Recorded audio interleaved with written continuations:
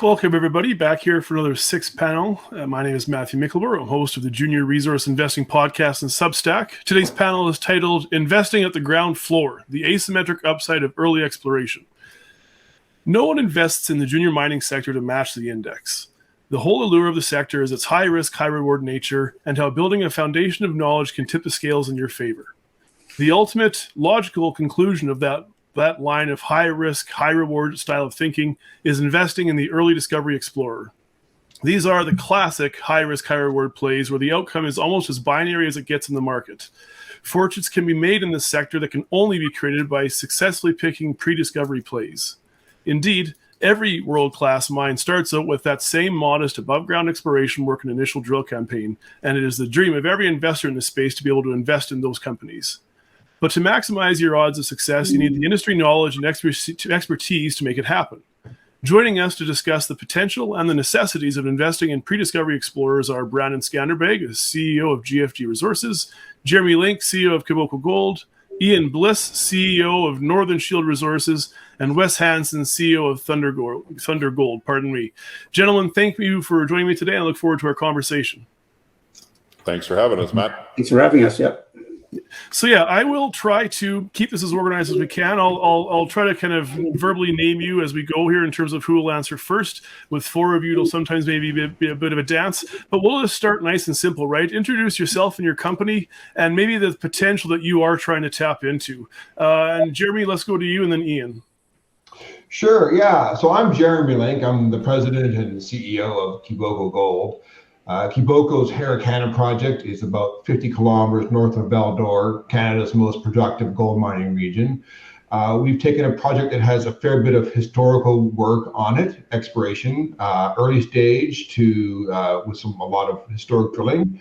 And we've just finished a 70-hole, roughly 11,000 meter verification drill program. Is part of a process of working towards a mineral resource for the project that we anticipate reporting near the end of September. Okay, thank you. Ian? Yes, my name is Ian Bliss. I am president and CEO of Northern Shield Resources.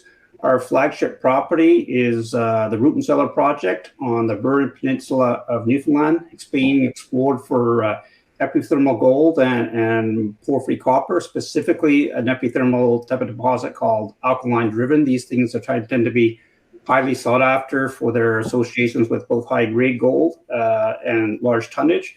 And significantly too, they're often associated with a lot of tellurium. Tellurium is now a critical metal, and it's one that I think we're going to be hearing a lot more of in the coming months or the coming years. And I say the focus is the gold, but there's also strong indications of porphyry copper on the project.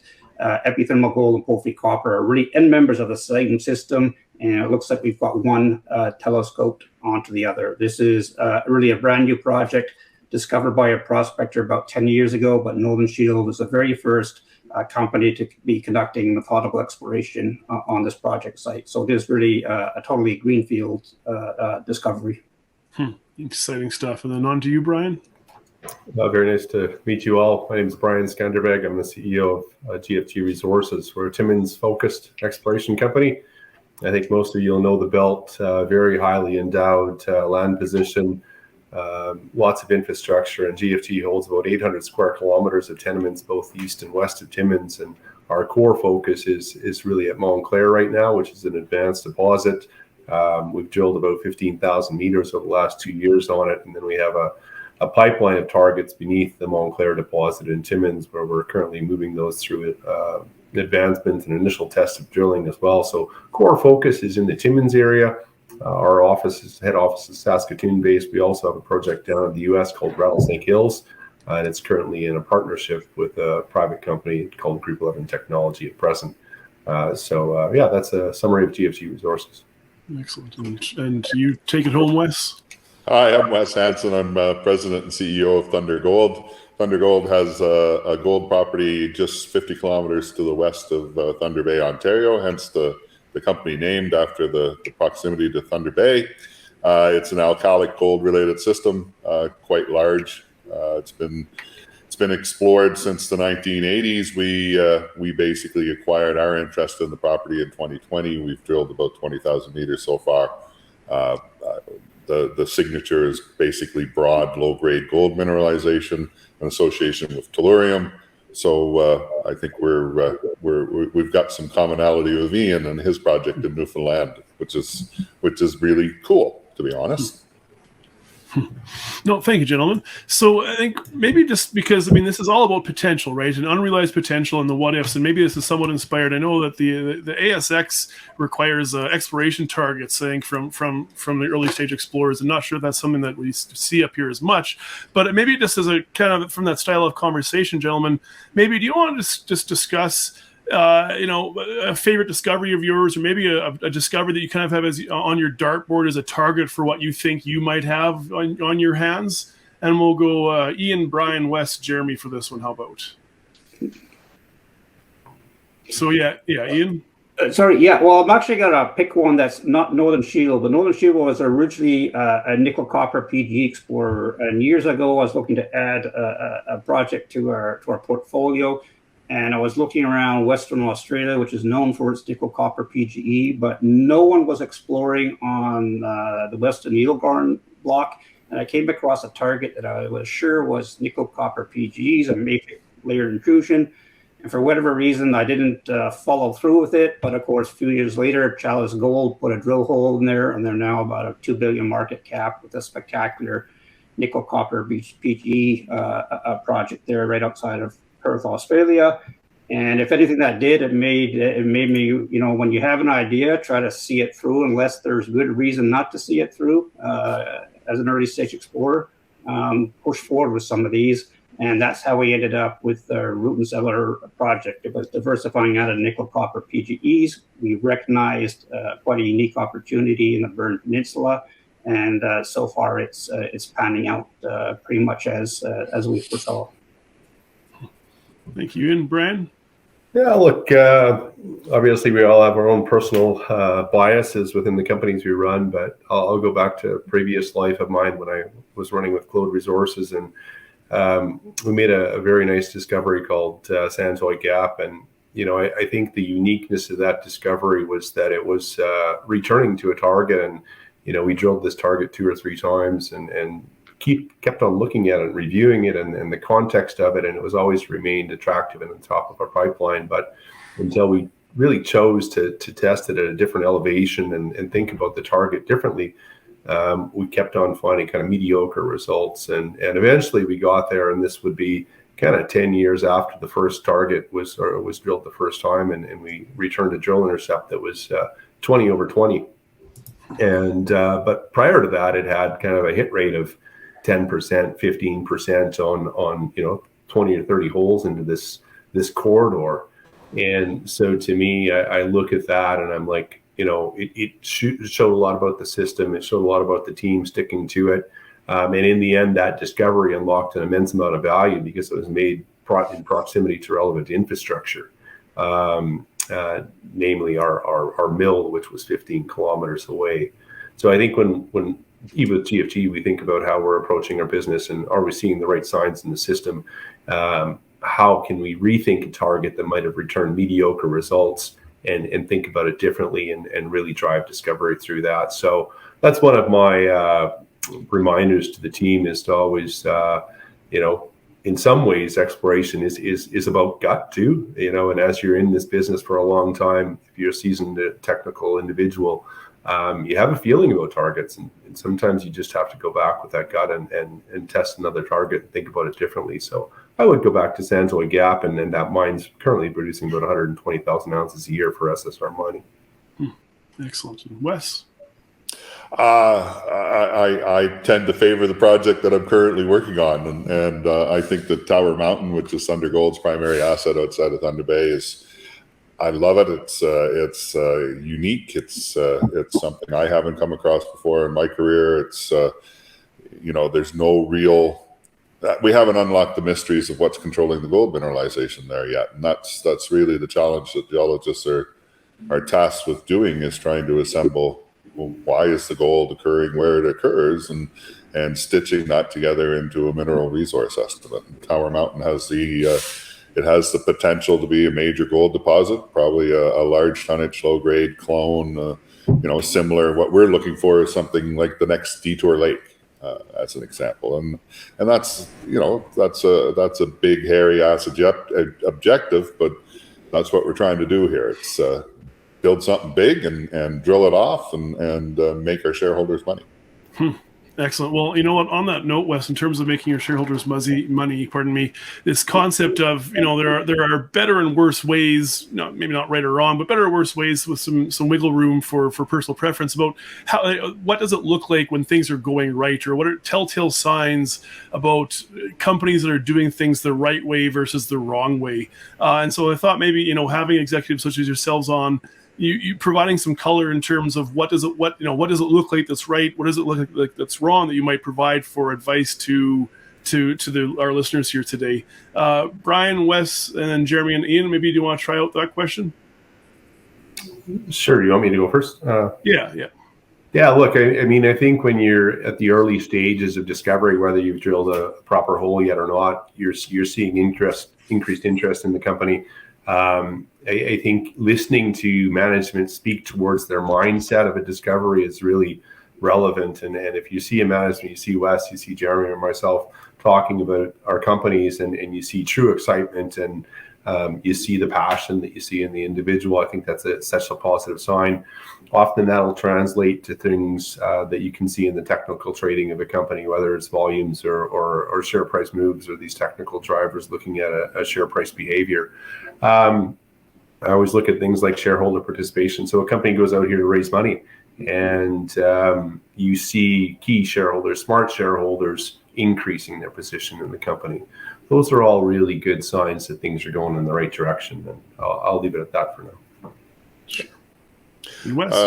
I think from my perspective, it's just good systematic mineral exploration. Like you have a plan, you communicate your plan to the market, you go out and you deliver your plan, and hopefully for all of us here, that the results sort of demonstrate the plan that you're putting forth, and the exploration model that you're exploring for is valid, and that gets you over the line. I mean, you can't beat good science in this business. Wes, you're bang on. Like, it's really important that the company have a plan, and that they keep advancing that plan, because every time in our projects, when we lay out a plan, we go from one step to the next. At each step, we have an honest discussion. Do we want to continue? Our time is valuable, our shareholders' capital is valuable, and so we've got to make certain that we're following our plan. And then as we move it along, that it's heading in the right direction, and that we stop and ask ourselves whether we should continue, or do we need to even take a different direction, or stop completely. And so I think it's really important that you see someone moving through their work plans. And then going back to Brian's comment about trading activity, I think when things are going right, when a stock moves up on high volume. Low volume moves up and down don't really mean anything, particularly in exploration companies. But once you have large volume come in, then you've got significant investor interest, and that people have taken a strong view on the results of the company. Yes, and I'll just echo all the previous speakers on that. I think the critical thing is to have a geological model, an understanding geological model, and that model may adapt with time. I mean, very rarely do things pan out exactly how we first set out. So that model will adapt, but you need a model. You need methodical exploration to follow that, and there's going to be hiccups along the way, but you want to be seen moving that ball forward, even incrementally. All the way, unless, as Jeremy said, sometimes results suddenly come out and it's like, okay, that's not worth moving the ball forward. And this goes back to one of the other questions on risk for early stage project. If the data is not supporting further work, then don't push that risk on any further. Maybe it is time to walk away, but you want to be seeing the ball generally moving forward on these incrementally under a methodical exploration plan.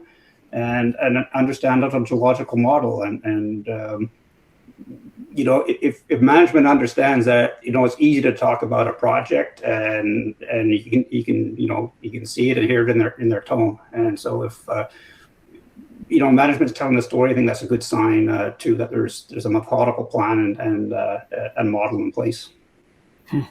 No, excellent, guys. I think that you discussed, good science and the need for a working geological model or research-based, data-based exploration thesis. I think that, will probably resonate with a lot of people, right?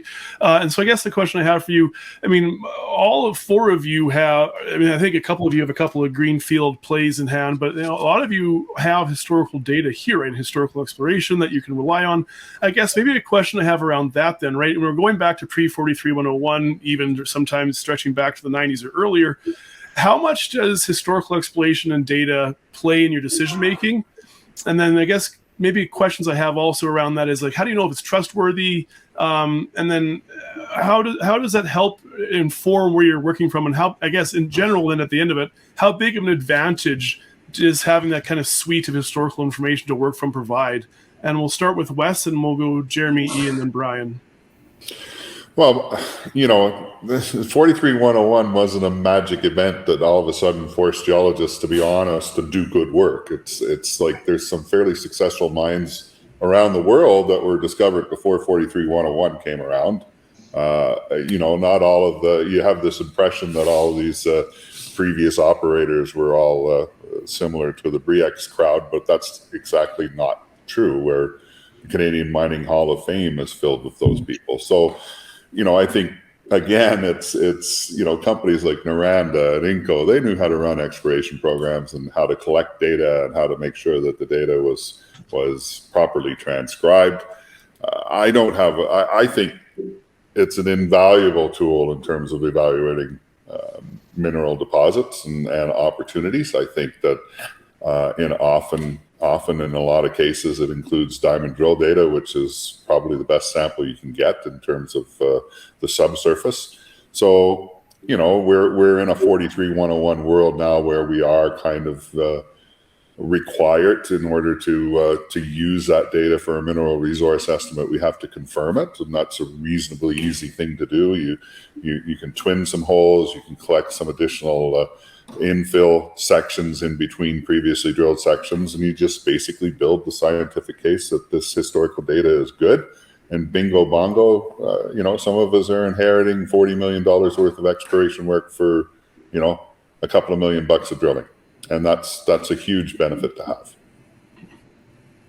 Jeremy? Yeah, I agree with everything Wes has to say. Like 43-101, and starting with that, we do verification work at our project, and we've got pre-43-101 data and post-43-101 data.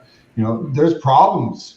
43-101 doesn't solve anything. There are legitimate problems that we see, QA/QC issues in the current data in that data set. And so with historical data, it's incredibly valuable. And our view kind of is that we got to trust, but we got to verify and validate it. And that's not just looking at assay data. The biggest thing we find when we look at projects is that people just say, well, here's a spreadsheet with a bunch of data in it. And everyone just assumes that the collar locations are accurate for some reason. And we went out in the field and we found out that holes were often nowhere near where people said they were in the data set. And so, but the historical data set allows you, particularly once you have drilling, to really have a quantum leap in your modeling efforts. You can plot up all the assay data that shows you your structural geology. There's very few exceptions to where structural geology doesn't control where your mineralization went. And so it's just a huge advantage when you're going out to plan your exploration program, not just going back for verification though, but also for greenfield exploration, and they're on the peripheral of the heart of your project. Excellent. On to you, Ian.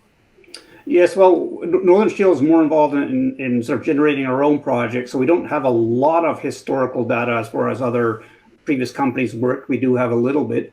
But on the same note, a lot of this government-generated data, these soil samples, soil surveys, geophysics, this is essentially historical data too. And, it's free information essentially, so it's incredibly valuable. You can go and put your own interpretation on it. Some of this data was collected or written up years ago, so science and interpretation has changed, but it's incredibly valuable to have even the small amounts of data, like some of this government data out there. That's how we generate our projects. And as Jeremy said, sometimes data from decades ago is misplotted, and so there's opportunities there. But one thing, some of the older data is they were really good. Geologists, 30, 40 years ago, were really good at describing what they saw. They may have mislabeled the rock, but they were really good at describing what they saw. So you can often go back and read those reports and get information from simply reading these descriptions and looking at them in a different context. So all this historical data, whether it's government-generated data or other mining companies, is really the first place to go for it, whether you're going on a historical property or generating a brand new project. Interesting. Thank you, Ian. And Brian, final thoughts on this one? Yeah, I would say I always do my best to try to put myself in the position of the historical explorer. And you might read a report, you might look at data, you might have a spreadsheet, as my peers have talked about. But most of my experience tells me that data is pretty solid quality. And yeah, there might be color errors from back in the day, and there might be color errors in the work that we do right now even. And there's challenges in the integrity of data that's being generated today. But do my best to put myself in those shoes. Often there's some really intelligent individuals that have put some thought in. If there's something that's off in the data, there's usually a reason for it. And there's usually a rationale and a thought set and something that can be learned from that. Drilling a deposit a different way than you're thinking it should be drilled. Well, they probably knew as much or a lot of what you know right now and had a reason to drill it a certain way. So try to understand why they did what they did and use that to the best of your knowledge going forward. Interesting. No, thank you, gentlemen. So I'm going to ask you a two-part question here now, and I'll ask you, can I put on your caps as private investors in this sector, right? So a two-part question. Part one is, what do you look for? What are the essentials that, if you are looking at an early exploration project that you want to put some money into, what are some things that you look for? And then part two, I'll give you a chance here to discuss your own companies. What's the checklist that, of those critical elements of a successful early explorer, what aspects do you want to highlight for our audience here today? And then I'll start with you, Jeremy, and we'll work from Ian to Brian to Wes.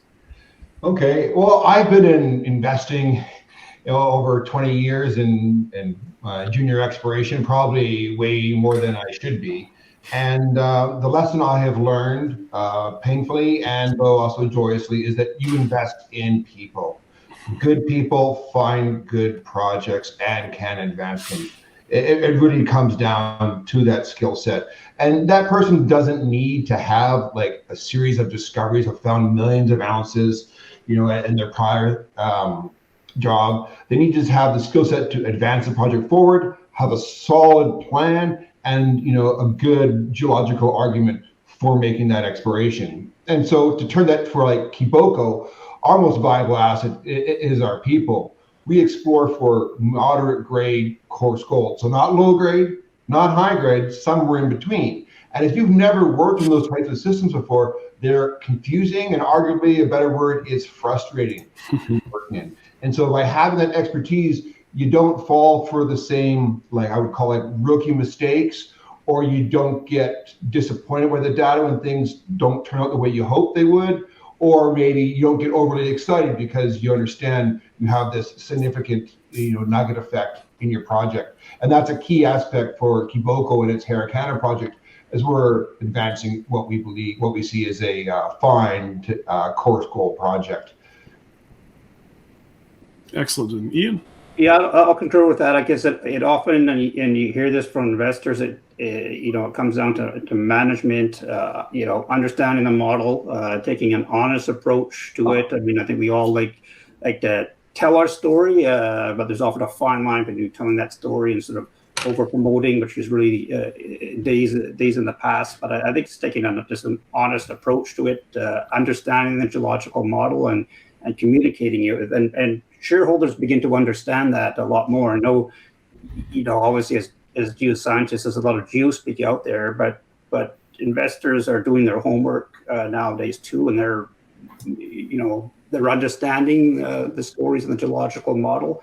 And as long as you show enthusiasm and you're telling the story honestly, I think that's what investors should be looking for. Excellent. On to you, Brian.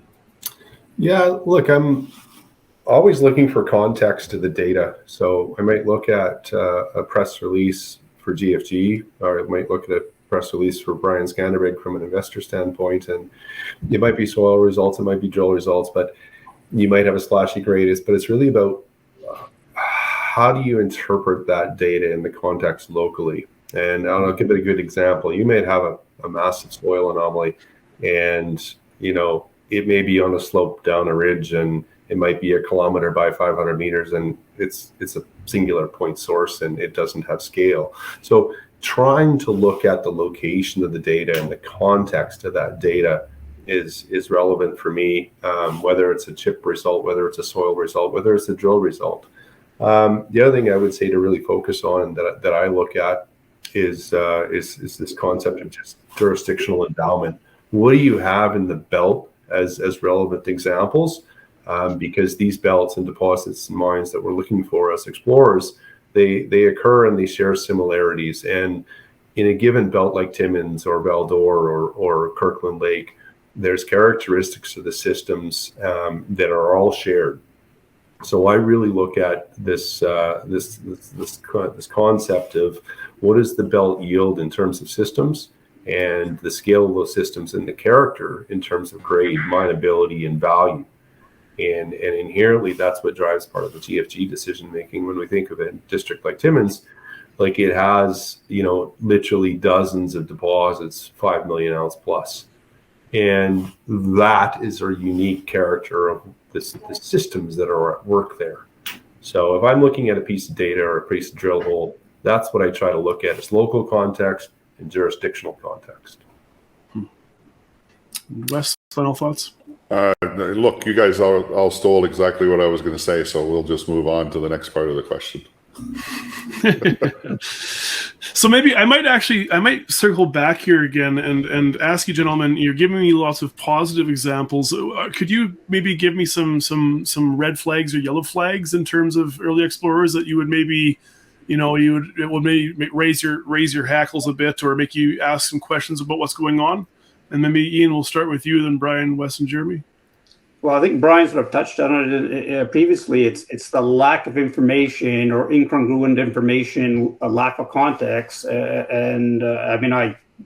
saw a press release just the other day with great numbers, but you try to find some context on it, and it was absolutely impossible. So you give out results, but there needs to be some context to the information. And if there's not, then it's pretty much a red flag right away when you can't even find a map of the occurrence or the soil anomaly or the grab sample. So yeah, any lack or incongruent information is definitely a red flag. Excellent. Brian, do you feel you already answered that one? Or do you have more color to add? Yeah, I mean, to me, I always we try to get news out, release, and communicate with our shareholders. So certain things that are flags are unusually delayed results. Look, we can all have problems in a lab, but often, somebody maybe not wanting to talk about results that are very mediocre, language that's around pursuing other strategic opportunities is an obvious one. And even of GFG, I mean, I'll own our own path. We've pivoted, we've changed from one asset to another in time. And I think that's also proper risk mitigation in your portfolio. So you might have an asset that's not trending where you want, and you might make a decision. We need a strategic shift. We need to look at strategic alternatives. Sometimes those are really good drivers. You've got a new company that's looking also, they're being transparent about it, and let's not be afraid to change path if it's not working appropriately. So there might be flags there. I think it's as much about how management chooses to respond or communicate those strategic changes. Thank you, Brian. Wes? Well, I mean, Ian and Brian both hit the nail on the head. There has to be some context to the results that are being released, and you know, some images and maps and sections that sort of describe what the results mean to the investor. And you know, investors have to do their own due diligence as well. I mean, it's not you know, if you're buying stock simply on the basis of a flashy Joe result, you're going to be disappointed. I tend to avoid the smoke and high grade results if I can, simply until they demonstrate some continuity of those results and stitch them together. And I think there's enough good stories out there in the exploration world today that demonstrate the importance of that and the success of that. But you know, like just know. You know, try to educate yourself on the district where the company is working. Make sure that the neighboring properties are demonstrating similar results of similar tenor. And you know, if you're the oddball in a camp, you know, if you've got screaming high grades in a camp that's known for large grade or large tonnage, low grade deposits, you might want to take a closer look at it and gain a better understanding. Jeremy, final thoughts? Well, you know, I think context is important. I do see a lot of bullshit out there. It's crazy how many people, like, there's just press releases full of geobabble. I call it geobabble after geobabble. It's early stage. Maybe you can't put it into context, or in some instances, maybe that it's so complex and you're companies don't have the time to really try to put it into a much larger context for the investor. There is a lot of pressure to get drill results out as they come in, both from your investors, but also from the securities commissions. And so when you think there's a lack of context, I would encourage investors to contact the company, ask more. I think everyone here on this panel, our press release ends with more information, please contact the company. And then whether it's the CEO or someone else from the team will walk you through the sections that are there, the maps and everything else to help you provide that context. And I think what Brian mentioned something about like lab issues. Kiboko had lab issues in the last year, and those are genuine reasons to hold back drill results. And so you do need, once again, talk to the company, come up with your own opinion to determine whether or not is this an excuse or is it a reason. And if you sense that it's an excuse, that's probably a red flag for you. Excellent. Thank you, guys. So going to turn here and discuss just jurisdiction and its impact on this. I'm going to guess, based on where all your flagship projects are, that all of you probably have some opinions on the importance of jurisdiction.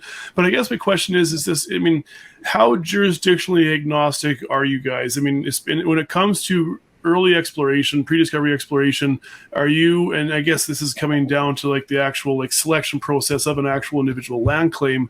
Were you looking in tier 1 jurisdictions specifically and intentionally? Are you more agnostic, where you'd be willing to just chase good juicy land claim regardless of where it is? Or how much does that factor in, I suppose? Brian, I'll start with you, then Wes, Jeremy, Ian. Absolutely critical. We're all in a competition for creating value for our shareholders and competition for assets. So when I think about a jurisdiction, I want to look at our team and say our team can compete and win in this jurisdiction, and we have the technical capacity to lead and to make discoveries here. Discovery is inherently exceptionally high risk, and you need the best team, and that team most often has jurisdictional weighting in their capacity. So looking at your geologists, looking at your teams and saying, are we the one of the strong teams working in the Abitibi in terms of our philosophy? And so that's one side of it, absolutely critical from a capacity potential. But jurisdiction to me is also on the second side of it, is like it's the endowment, it's the infrastructure, it's the exit path. And I'm always really keen on looking at who are the natural buyers of an asset. If we have an asset that's discovered in Central Nunavut, it needs to float its whole entire infrastructure. If you can make a discovery in Timmins of 1 million ounces, the filter is much, much smaller to reach something that's an economic threshold. So jurisdiction is, to me, the top of the pyramid of what we should be looking at to improve our odds of success. Well said, Brian. And Wes?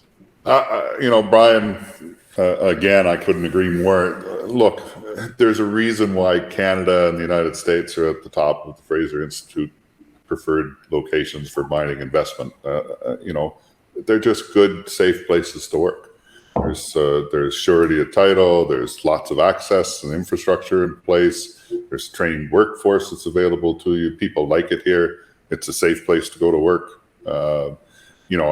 I've worked internationally. I've been in places perhaps that I had no right to ever go to, but lots of good stories came out of that, and saw lots of good geology. But I have zero interest in going back.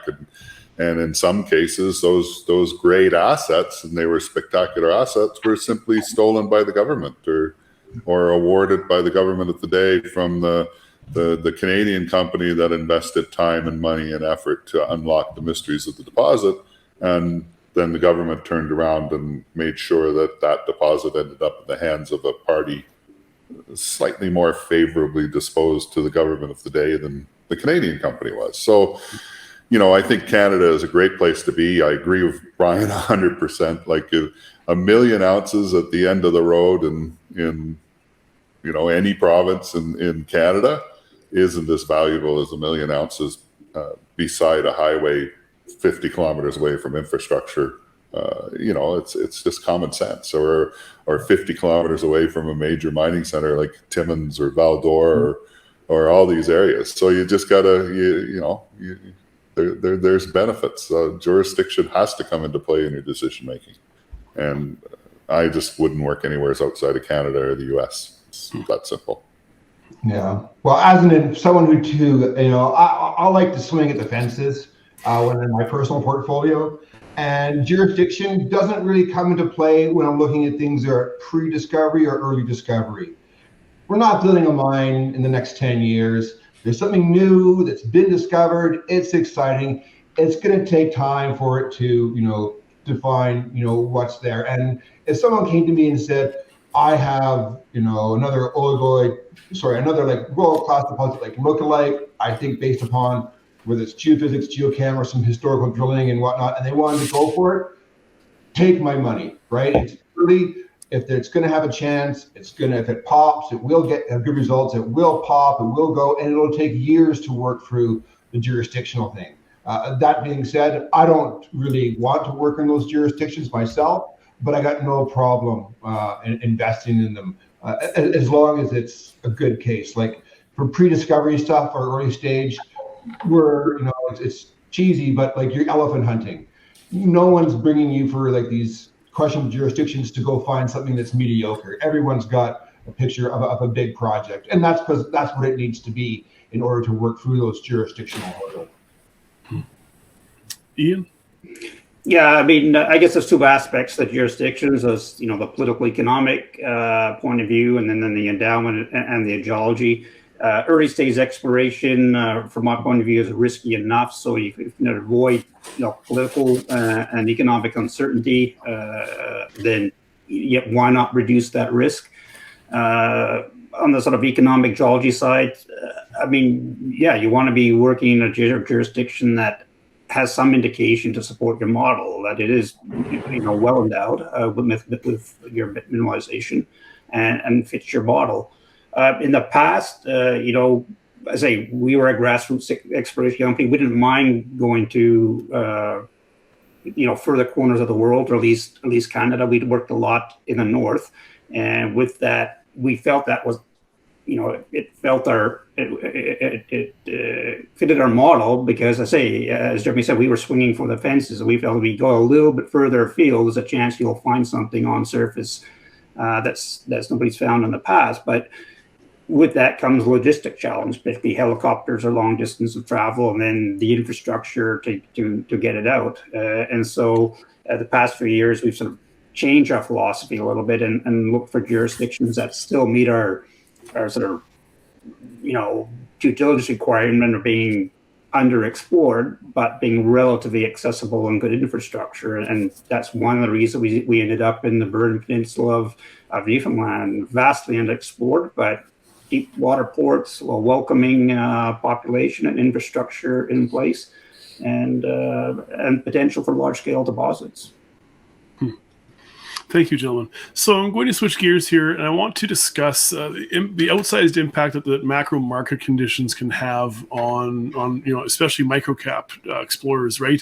Always frustrating. I'm speaking from experience as an investor. So frustrating to see good projects suffer in bad markets. And I mean, obviously, this can be markets, but also a few years back with the huge delays in labs, right, from assays, and that way that can cripple kind of your turnaround time and your responsiveness as a company. So I guess my question is, how do market conditions impact your decision-making process as executives of microcap explorers? But then also, how do you shield your company from the worst impacts of those as well, if that makes sense? And we'll go Wes, Jeremy, Ian, Brian for this one. Well, the markets are always a big part of the equation, and raising capital. I mean, the bitter reality of life is, what's the average discovery cost in the world today? It's like over $25 an ounce. Some explorers are below that, some are above that. This is an expensive business, and for junior microcaps, you can't afford to miss. It's really that simple. You gotta deliver the goods day after day after day, because a lot of the investors aren't like old investors used to be. There's not buy and hold. There's not a large buy and hold population out there. They're looking for a quick turnaround and a quick appreciation of their investment in capital.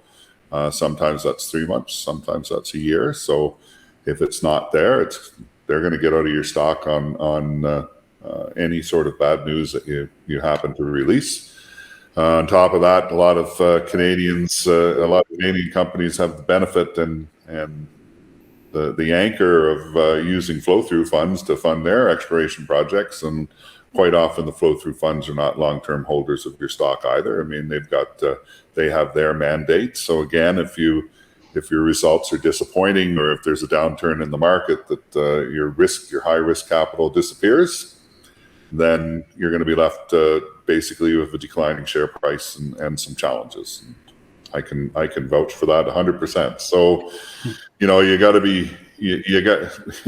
nobody's in the Mining Hall of Fame only because they were brilliant. A lot of them also were blessed with an impeccable sense of timing in terms of when they found their discovery and how they advanced it, and the market conditions at the time, and their shareholder base.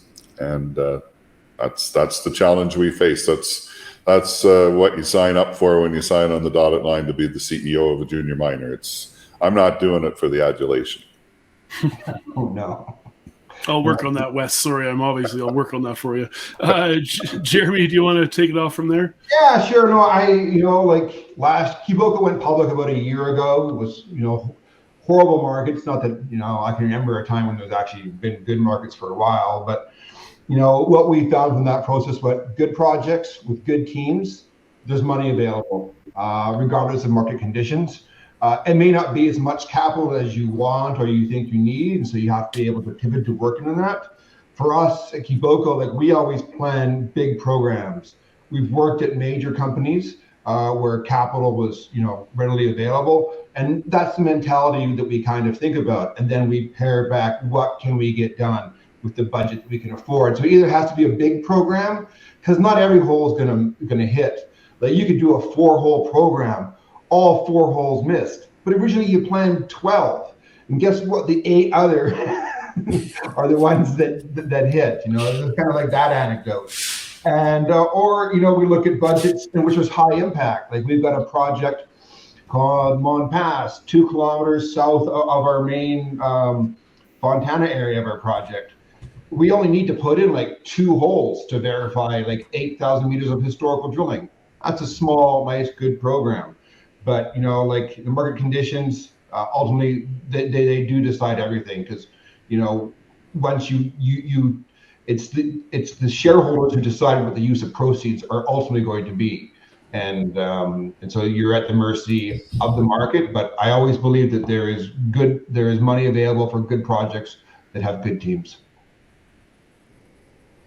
Excellent. And Ian? Yes, as Jeremy said, we're all at the mercy of the markets, more so in this industry than perhaps anywhere else.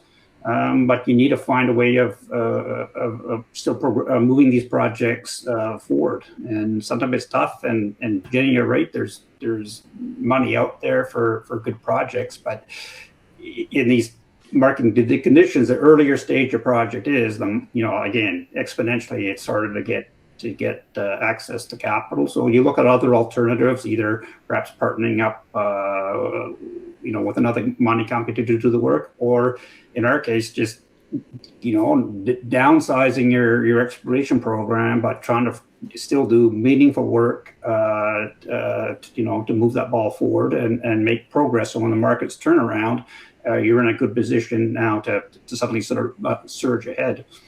And the flip side of that is, I've been talking to a number of service providers on the island of Newfoundland recently, and they said, other than one or two companies, things are really, really quiet now. Everybody's sort of hunkering down. They think bad times are coming. And so I was deciding, hey, do I hunker down too, or do I go ahead with a drill program? In the end, we decided, no, if everybody else is hunkering down, or most people are hunkering down, then I'll go ahead with the drill program.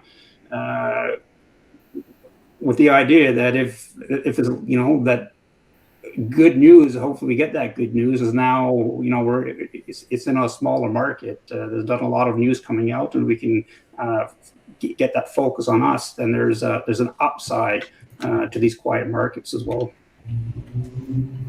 Awesome. Thank you. And Brian? Yeah, look, I always just think of capital availability as it's a cycle we all work in. To me, running GFG, there's a base level activity we need to do no matter what the market is. And that's just keeping momentum to the company. Two drivers will take us to an increased level. One of them is relevant discovery, and the other one is a good, robust capital availability market. So from that perspective, we obviously cycle our budgets, and those budgets are driven by internally a number of factors like our success and our feeling towards targets, and externally is really how robust and available is capital. So that's all I'd say about it. Okay, no, excellent. So I'm going to ask us to look to the future a bit here. Just a couple of questions left. We're kind of nicely wrapping up the hour here. Obviously, AI and the world that we're in is rapidly evolving in all aspects, I guess. How do you see the future of pre-discovery or early discovery, or just how do you see the future of mineral exploration evolving?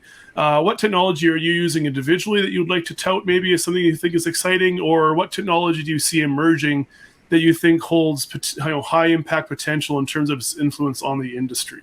And oh gosh, where were we at? Brian, do you want to lead us off? Yeah, look, this concept of AI and the evolution of it, I was just talking about yesterday. And if you used AI as a terminology 10 years ago versus where we are now, it's probably 100-fold. And then you think of where we are 10 years from now, and it's probably another 10-fold or 100-fold impact to our business. So this is a huge impact. I do believe it will still is on the steep part of its curve, obviously. So I think there'll be a few impacts. Those leaders of the technology and application of AI will have a higher ability to compete. And, in my perspective of those, there are certain individuals and teams that prioritize that. Some of those are the mid-tiers and majors. So I'm always cognizant to build the relationships at those levels and see how a group like Newmont or a group like Newcrest was applying AI in their philosophy. I do think it will change our business immensely. Will it ever replace a geologist looking at rock? No, but it'll just give them another tool to use and a tool to be more effective. And, the days of prospector discoveries are largely gone from our business. Some jurisdictions, they're still available, but it's data interrogation. It's using the legacy data to look differently, to look deeper. And that's ultimately where AI can be applied best. So it will change our business, and it's still at a very early stage in this application. Yeah, well said, Brian. Wes, AI or otherwise? Well, I think think there's a tremendous amount. Look, the mineral exploration industry is the only industry that's probably a slower adopter of technology than the mining industry, who is absolutely the slowest adopter of technology. I mean, after years and years and years of effort and forethought, and basically we ended up with a bigger truck. There's all kinds of things that can be, that can reduce the bottom line operating cost of a day-to-day gold mine or copper mine. It's just, there's a refusal to embrace a lot of new technology because of the risk associated with it.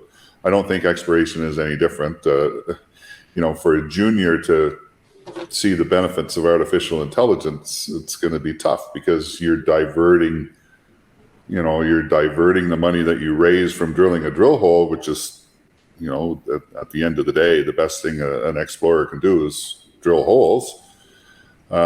You're diverting that capital away from drilling a hole to put it towards a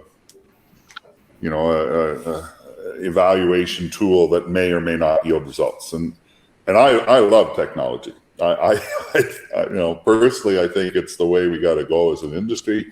I absolutely believe 100%. I'll disagree with Brian. It's not often I do this, but I'm going to do it here.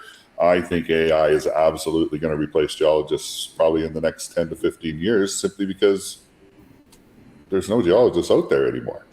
Like the number that we're graduating is like lower and lower every year. They don't have a great deal of practical experience. They don't want to go out and work on some of our projects because they're not downtown Toronto or downtown Vancouver. So, we have to adjust as an industry. And I think there's a lot of scanning technologies and photography techniques and tools and constant read XREF analysis tools that can just collect data and make the interpretation of that data faster and probably more accurate than a geologist could do it. Now, all of this has to be supervised by a geologist, and preferably a geologist that has the experience to be able to discern when the technology is taking you down the wrong path and bring it back. But it's just, we're going into a Star Trek world, man. I mean, we've all got communicators now that we carry around in our hands and make instant calls, and we have space-based exploration tools that we deploy. And I mean, technology is where it's at. I think it's an exciting future, and has a lot of potential benefit, especially to projects that are challenged in understanding the geology. Well said, Jeremy. I think that AI will be a great tool for generative exploration, but I don't think it belongs in the microcap companies. You think drilling's capital intensive, so are these AI projects. And really, I think there's one comment here. Someone made a comment here of they don't carry hammers. That's true. You still need people to go into the field. We do all kinds of desktop work to evaluate projects, but we still go to the field to see it, to confirm it, and whatnot. And so I just think AI will be a great generative tool. Filtering, it's going to help, speed up a lot of things. Like how long, to do, write your scripts for your models. I think it'll help with that. But at the end of the day, it's not going to replace a geologist, particularly a good structural geologist. But they're minting fewer and fewer of those every day. Just look at Australia, they're closing geology departments. And you think of mining, you think of Canada, Australia, and enrollment levels are down, graduation levels are down, and that's not sustainable. Something's going to change there, but I don't know what it is. It's a whole other topic of conversation, eh? Yeah. Ian, do you want to take this one home? Well, I think everybody's covered it, but yeah, AI is just one more tool in our belt, one of these more modern tools, and we've seen a whole bunch of them, sort of come on stream the past few years, whether it's drones, portable XRF machines, new geophysics. These tend to start off at the mid tiers and the majors who perhaps can afford them better, but eventually they're filtering down to be more accessible to the juniors. But as I think as Wes pointed out, at the end of the day, it's going to be hard to convince a shareholder, I'm going to go and spend $100,000 on some AI when, at the end of the day, it's going to be a drill hole that moves the dial. that we're all after. So it's just one more tool, and I think a useful tool, along with many of the others that have come our way the past few years. No, thank you guys. An interesting kind of diversity of topics there. I think, Brian, you had said previously that could be a whole conversation on its own. I think you're totally right. I don't have time for follow-ups, but I wish I did.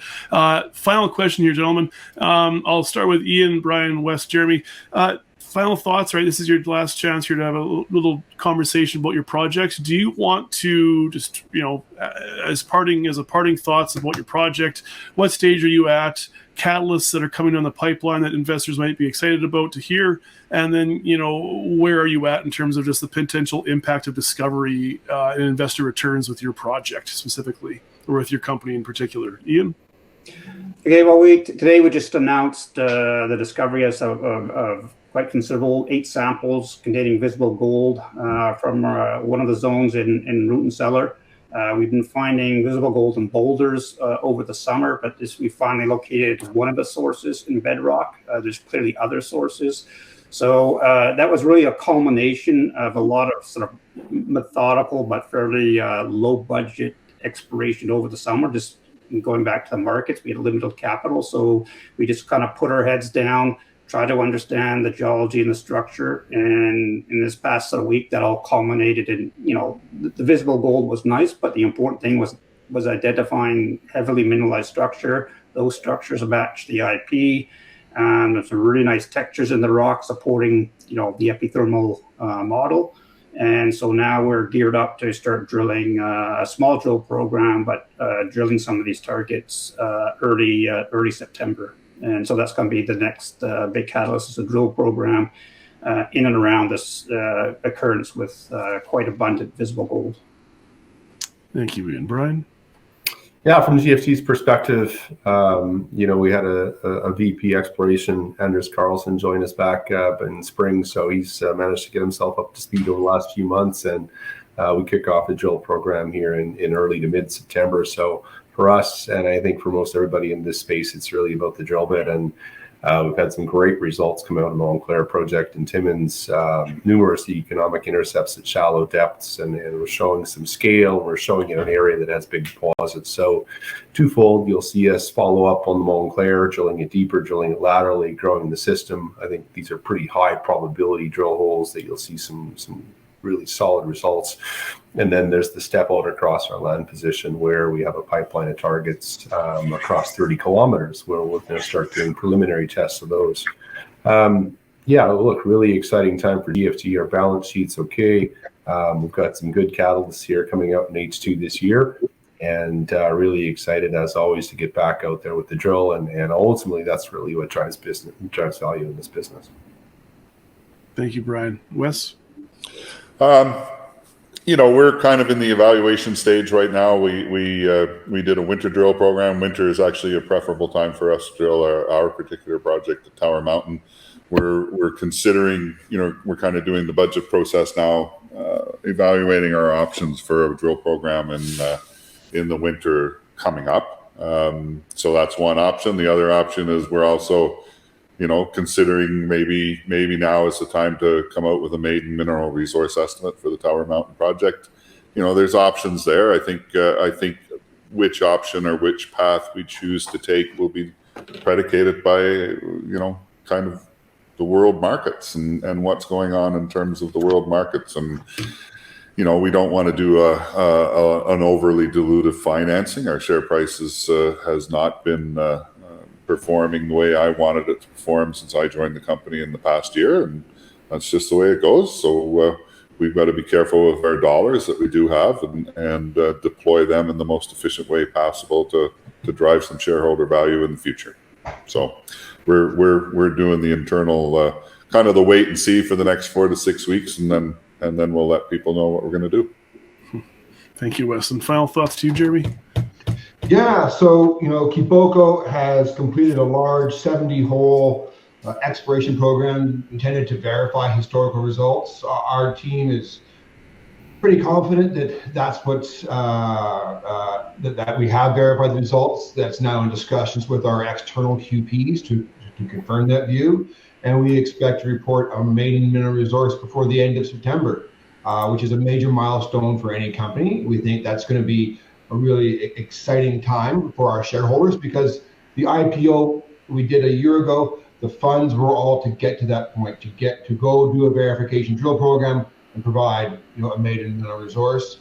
After that, we expect to start drilling probably shortly after Thanksgiving this year, so mid to late October. We're in the process now of budgeting and planning that program out, and so we think that Kiboko has really had its head down working the last year. We're going to come out with a maiden mineral resource in the Val-d'Or mining district, arguably one of the most attractive jurisdictions in Canada, if not the world.